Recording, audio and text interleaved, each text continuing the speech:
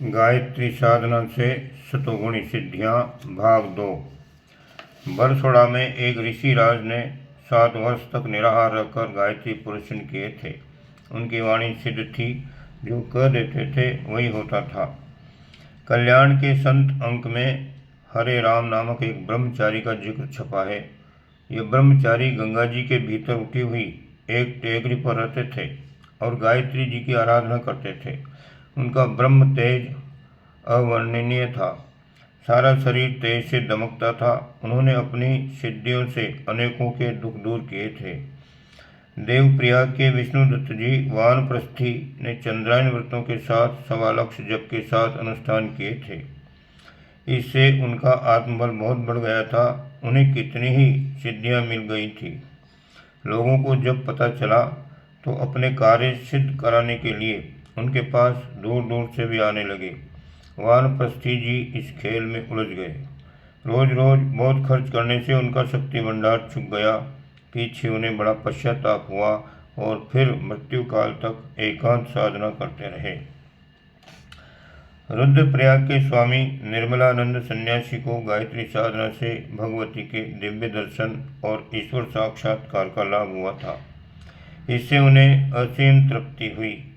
बिठूर के पास एक खांडेराव नामक एक वयोवृद्ध तपस्वी एक विशाल खिरनी के पेड़ के नीचे गायत्री साधना करते थे। एक बार उन्होंने विराट गायत्री यज्ञ का ब्रह्मभोज किया।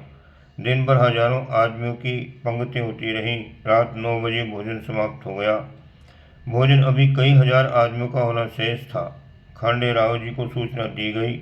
उन्होंने आज्ञा दी कि गंगा जी से 4 कनस्तर पानी भरकर लाओ और उसमें पूड़ियाँ सिकने दो। ऐसा ही किया गया। पूड़ियाँ घी के समान स्वादिष्ट थीं। दूसरे दिन 4 कनस्तर घी मंगवाकर गंगा जी में डलवा दिया। काशी में जिस समय बाबू शिव प्रसाद जी गुप्त द्वारा भारत माता के मंदिर का शिलारोहण समारोह किया गया था, उस समय 200 दिन तक का एक बड़ा महायज्ञ किया गया, जिसमें विद्वानों द्वारा 20 लाख गायत्री जप किया गया। यज्ञ की पूर्णाहुति के दिन पास में लगे पेड़ों के सूखे पत्ते फिर से हरे हो गए थे और एक पेड़ में तो असमयी फल भी आ गए थे। इस अवसर पर पंडित मदन मोहन मालवीय जी, राजा मोती चंद्र, हाई कोर्ट के जज श्री कन्हैया लाल और अन्य अनेक गणमान्य व्यक्ति उपस्थित थे, जिन्होंने यह घटना अपनी आंखों से देखी और गायत्री के प्रभाव को स्वयं अनुभव किया। गढ़वाल के महात्मा गोविंदानंद अत्यंत विषधर सांप के काटे हुए रोगियों की प्राण रक्षा करने के लिए प्रसिद्ध थे। उनका कहना था कि मैं गायत्री जप से ही सब रोगियों को ठीक करता हूँ।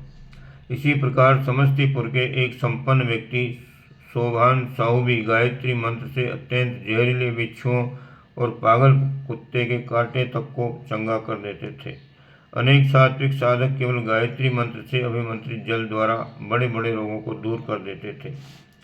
स्वर्गीय पंडित मोतीलाल जी नेहरू का जीवन उस समय के वातावरण के कारण यद्यपि एक भिन्न कर्तव्य क्षेत्र में व्यतीत हुआ था, पर जीवन के अंतिम समय में उनको गायत्री का ध्यान आया और उसे जपते हुए ही उन्होंने जीवन लीला समाप्त की। इससे विदित होता है कि गायत्री का संस्कार शीघ्र ही समाप्त नहीं हो जाता, वरन आगामी पीढ़ियों तक भी प्रभाव डालता है। पंडित जी के पूर्वज धार्मिक प्रवृत्ति के गायत्री उपासक थे और उसके प्रभाव से उनको भी मृत्यु काल जैसे महत्व के अवसर पर उसका ध्यान आ गया। अहमदाबाद के श्री डाहिया भाई रामचंद्र मेहता गायत्री के श्रद्धालु उपासक और प्रचारक हैं। इनकी आयु 80 वर्ष है। शरीर और मन में सतोगुण की अधिकता होने से वे सभी गुण उनमें परिलक्षित होते हैं जो महात्माओं में पाए जाते हैं।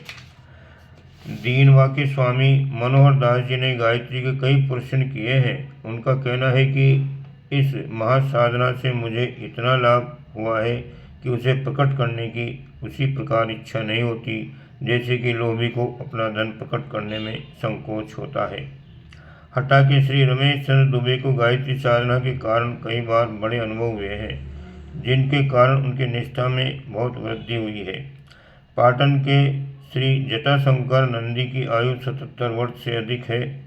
वे गत 50 वर्षों से गायत्री उपासना कर रहे हैं। कुविचारों और कुसंस्कारों से मुक्ति एवं देवी तत्वों की अधिकता का लाभ उन्होंने प्राप्त किया है और इसे वे जीवन की प्रधान सफलता मानते हैं। वृंदावन के काठिया बाबा, उड़िया बाबा, प्रज्ञा चक्षु स्वामी, गंगेश्वरानंद जी गायत्री उपासना से आरंभ करके अपनी साधना को आगे बढ़ाने में समर्थ हुए थे। वैष्णव संप्रदाय के प्राय सभी आचार्य गायत्री की साधना पर विशेष जोर देते थे। नवाबगंज के पंडित बलभद्र जी ब्रह्मचारी, सहारनपुर जिले के श्री स्वामी देवदर्शन जी, बुलंदशहर उत्तर प्रदेश के परिव्राजक महात्मा योगानंद जी, ब्रह्मनिष्ठ श्री स्वामी ब्रह्मर्षि दास जी उदासीन, बिहार प्रांत के महात्मा अनासक्त जी, यज्ञाचार्य पंडित जगन्नाथ शास्त्री, राजगढ़ के महात्मा हरिओम तत्सत आदि कितने ही संत महात्मा गायत्री उपासना में पूर्ण मनोयोग के साथ संलग्न हैं। अनेक ग्रस्त भी तपस्वी जीवन व्यतीत करते हुए महान साधना में प्रवृत्त हैं। इस मार्ग पर चलते हुए उन्हें महत्वपूर्ण आध्यात्मिक सफलताएं प्राप्त हो रही हैं। हमने स्वयं अपने जीवन के प्रारंभ काल में ही गायत्री की उपासना की है और वह हमारा जीवन आधार ही बन गई है। दोषों, विकारों, कसाई कल्मषों को, विचार और कुसंस्कारों को हटा देने में जो थोड़ी सी सफलता मिली है, ये श्रेय इसी साधना को है। ब्राह्मणत्व की, ब्राह्मी भावनाओं की, धर्मपरायणता की, सेवा, स्वाध्याय, संयम और तपश्चर्या की जो यत्किंचित प्रवृत्तियाँ हैं, वे माता की कृपा के कारण हैं।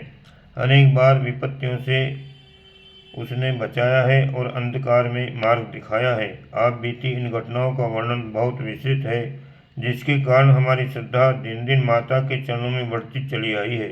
इन वर्णनों के लिए इन पंक्तियों में स्थान नहीं है।